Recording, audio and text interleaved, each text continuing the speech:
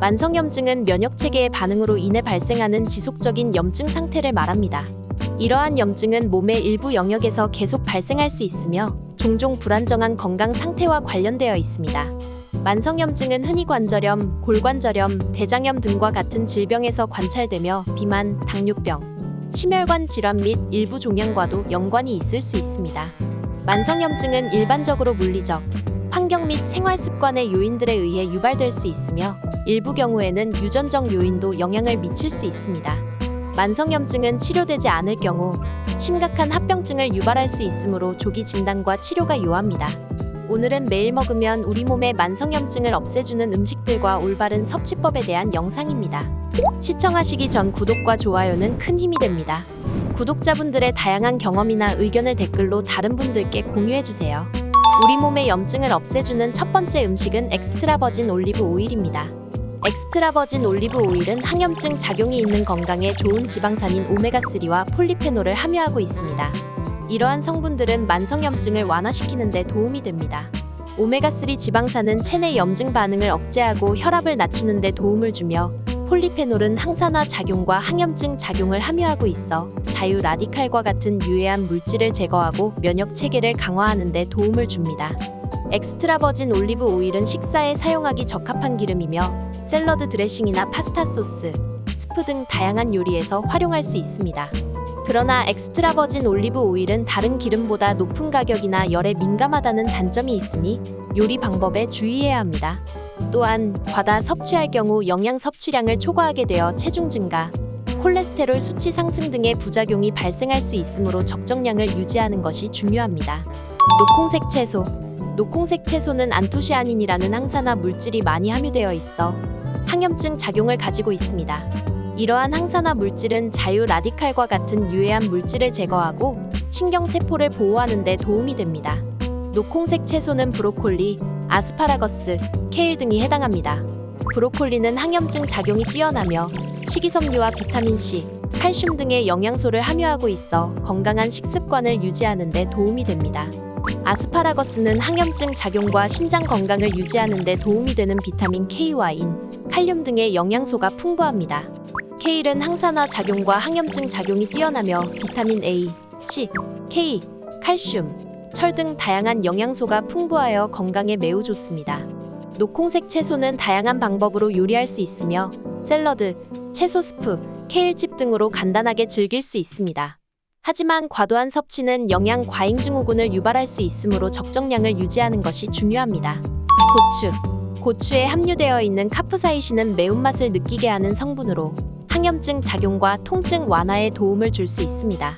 카프사이신은 신경섬유를 자극하여 통증 수용 체계를 활성화시키며 이에 따라 통증을 완화시키는 효과를 가지고 있습니다.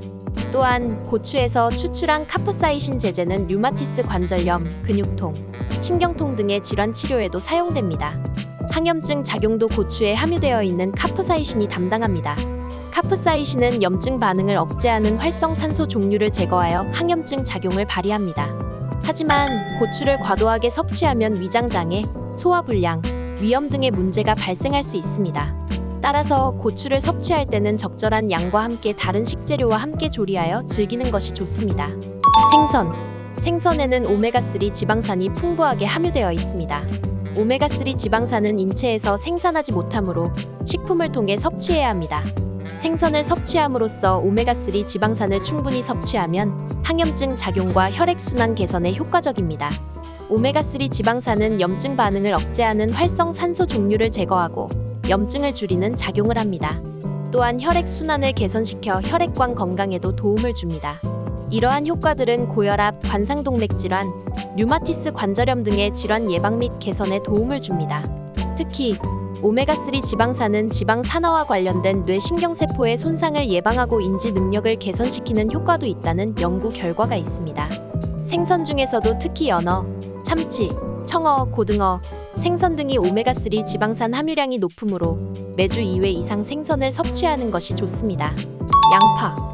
양파에는 항염증 성분인 퀘르세틴이 많이 함유되어 있습니다.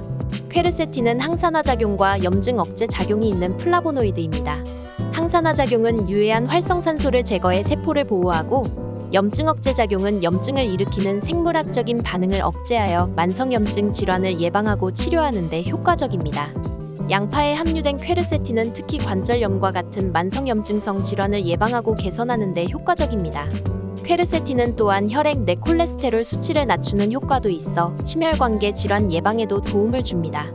양파를 섭취할 때는 가능하면 신선한 것을 선택하고 껍질을 깎아내지 않고 깨끗하게 씻어서 드시는 것이 좋습니다. 또한 양파의 항염증성 성분은 물에 녹기 때문에 익히기 전에 잘게 썬 양파를 물에 담가서 항염증성 성분을 충분히 추출한 후 요리하는 것이 효과적입니다. 블루베리에는 안토시아닌이 많이 함유되어 있습니다.